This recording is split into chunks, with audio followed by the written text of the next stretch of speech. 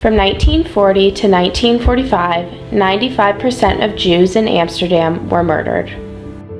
Along Nieuwe Keizerstraat, in the historic Jewish quarter, lies a 100-meter stretch of canal-side homes where 200 of the known victims were deported to Nazi concentration camps. Most were either sent to Sobibor or Auschwitz, where the majority of them died. These victims are remembered through the Shadow Quay, or in Dutch, Schaduwkade, which is an initiative by the current residents. Planning began for this memorial in 2009, and the unveiling occurred in 2013. These homes were the last places the victims chose to live. The number on the plaques that make up the memorial correspond to the house numbers across the canal. The name plaques of the 200 victims include their name, the age they died, the date they died, and the site of their death. This history is still being unveiled through their research, meaning the memorial will continue to grow to hopefully include the names of all of the victims.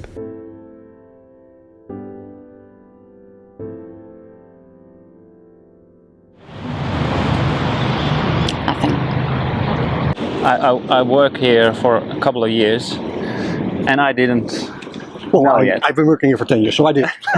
Well, I don't know details, but I know that it was a predominantly Jewish neighborhood pretty much since the Jews left Belgium and Spain centuries ago. I know a lot about the history from this neighborhood because I'm born and raised in Amsterdam, and this is just a part of the old Jewish town. Honestly,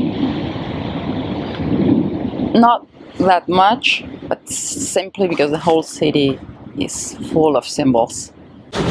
Not that I don't realize the importance of what happened and the importance of not forgetting and so on and so forth. But I admit that emotionally speaking, these kind of things touch me less and less. That's the truth. I mean, it's a beautiful place, but not only beautiful things happened here. It's heavy, of course, so it's not easy to think about it, especially when you see that it's been also children. My family, on the mother's side, they are Jewish, and my mother, she has to wear a star in those days, and she was.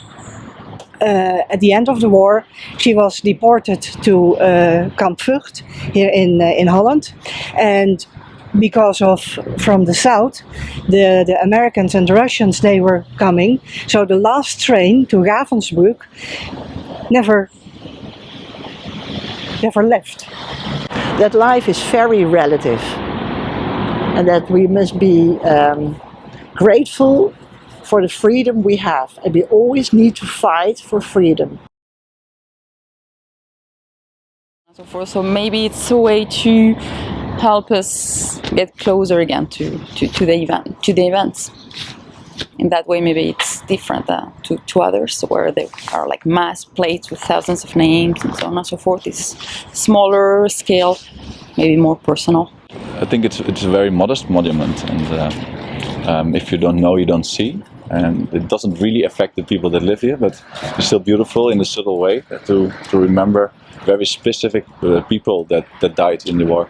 You can see that it's not about whole monuments and about glory or whatever, but just about common people that lived here. So you can see the names, and you can kind of connect to the individuals.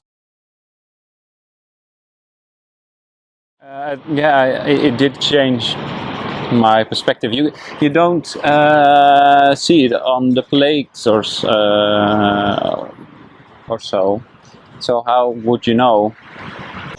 Not so much of the memorial, but of the residents. I think it's tremendous that they all got together and decided to do this. No, I think it's very good that they are still searching for more from the history from people.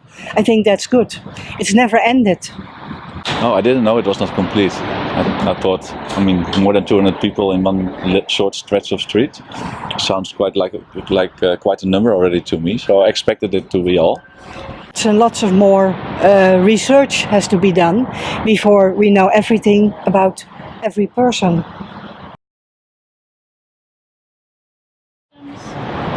Yes, I think it's very good because when you make it individual, when it's a person from in his 40s or a little child, 5, 6 or 8 years old, you can imagine a face to the name, and that makes it very good, I think. Each single person that will walk by will have a different interpretation, will be touched differently, will not even see it maybe. I've gone through this bridge twice already since I arrived last Saturday. It's the first time I realized that was there. It hits you when you're talking about what daily shall I life. wear, what's for lunch, where are we going, and then you see, oh my God, my God. So The impact is very big. Oh, yeah, for me, yes, because I know. But I think you really have to know that the monument is there to realize.